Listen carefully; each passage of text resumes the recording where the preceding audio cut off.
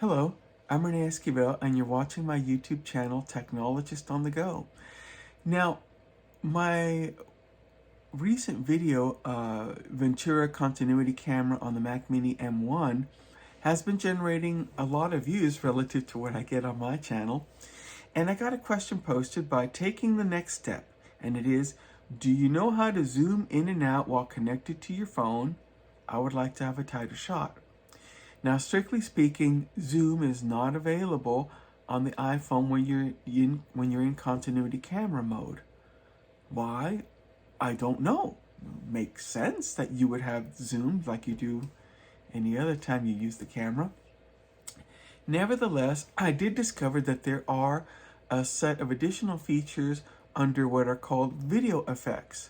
They're accessible from control panel, but only when you're actively, and that's the key word, actively in continuity camera mode. So I didn't even think to look there before, but now I have, and so let's see what that's all about, okay? Okay, here I am getting set up. I just wanted to make sure that I am using the iPhone, or demonstrate that I'm using the iPhone camera. You do see the Lenovo webcam is connected. That's how I'm allowed to do wireless webcam. Okay, now let's go to Control Center.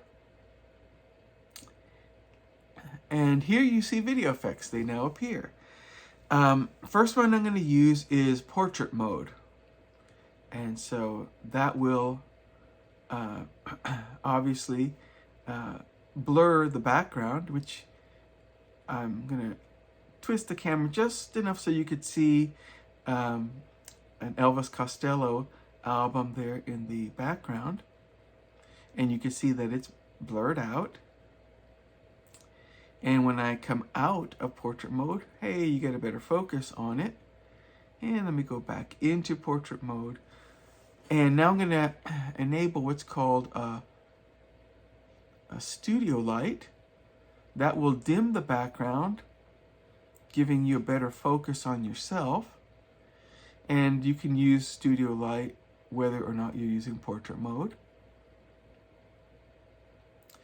Next, coming out of that, I'm going to use a center stage, and that will actually give your iPhone, as a, using it as a webcam, a kind of tracking ability to help keep you in focus. And now, this is one of the coolest features, is desk view. And this one lets you create a view with your camera of what's going to be your desk. And you can determine the field of view. You do want to make sure that you are actually seeing your camera, otherwise, you're only going to see what's in that field of view there. And now let me start desk view. Now, if we were actively in a FaceTime conversation, you would be seeing this. And here I'm simply demonstrating for just for test purposes, Samsung X5 Thunderbolt 3 SSD drive. It's really got NVMe storage in there. It's actually a wonderful drive because if you use NVMe, that's a 10 gigabit per second pipe. If you use a Thunderbolt, that's, whether it's 3 or 4, it's a 40 gigabit per second pipe.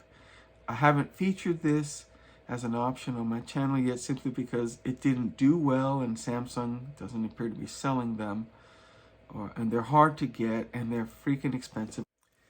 Okay, so now you know what it's all about. So at least for taking the next step, you and I will have a better understanding of what is available. While not being able to really zoom in and out, you do have a little more control than you would have thought otherwise.